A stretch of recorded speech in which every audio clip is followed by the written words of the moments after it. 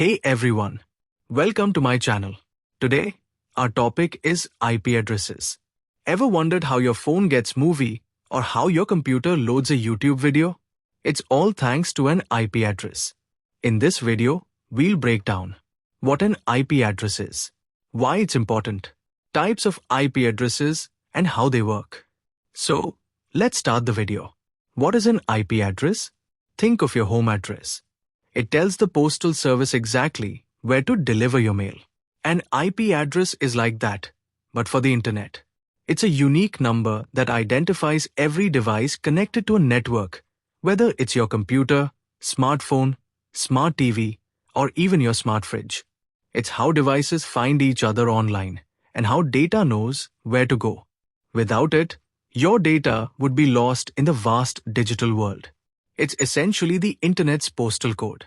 Key takeaway: every device connected to the internet must have a unique IP address. There are two main types we need to know about: IPv4 and IPv6. IPv4 versus IPv6 differences. IPv4 is the older version of IP addresses. It looks like this: 192.168.1.1. These addresses are made up of 4 sets of numbers, each ranging from 0 to 255, separated by dots.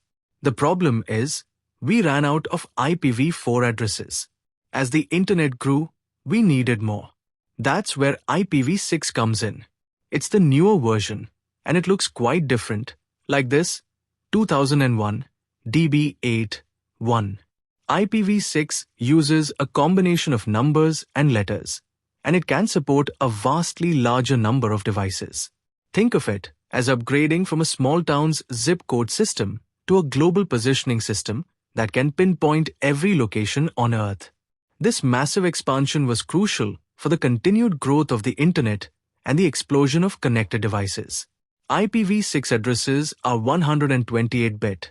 While IPv4 addresses are only 32-bit, explaining the huge difference in the number of possible addresses. How IP addresses work the journey of a request. Let's say you want to visit google.com. Your computer doesn't actually understand website names. It understands numbers, IP addresses. So, the first thing your computer does is ask a special server called a DNS server, domain name system.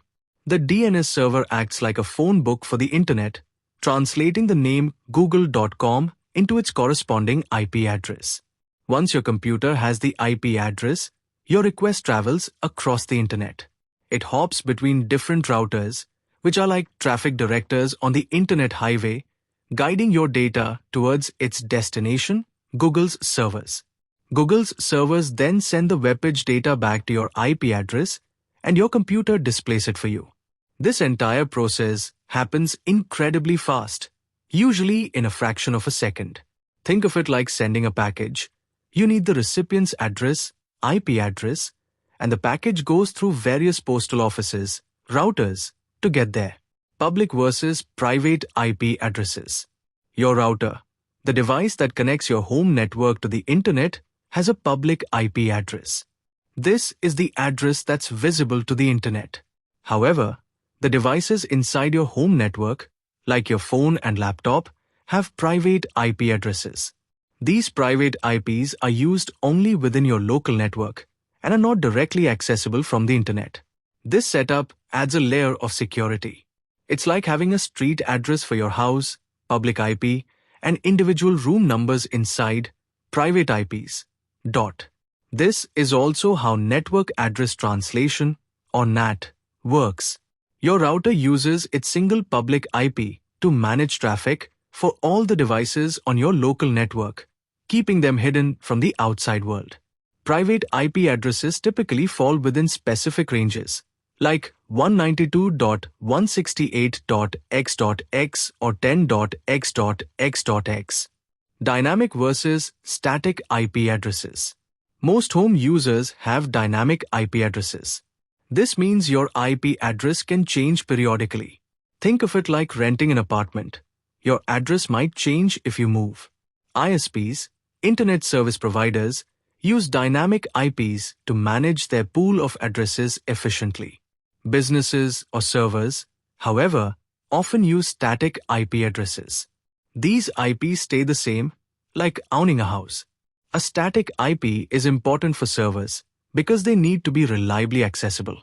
Dynamic Host Configuration Protocol (DHCP) is the technology that automatically assigns dynamic IP addresses to devices on a network.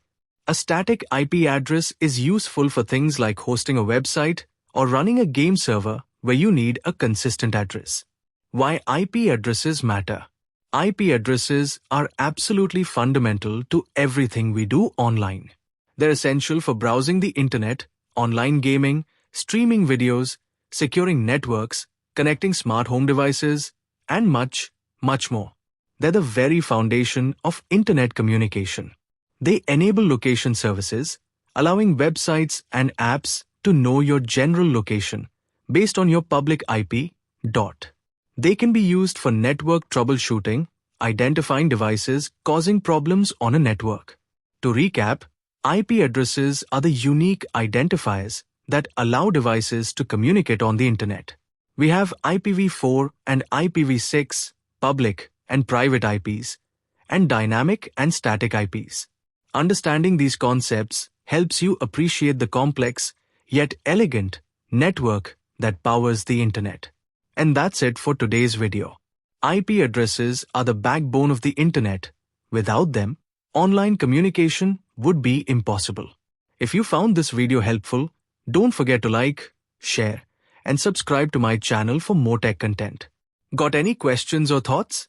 Drop them in the comments below. I'd love to hear from you. Thanks for watching. See you in the next video.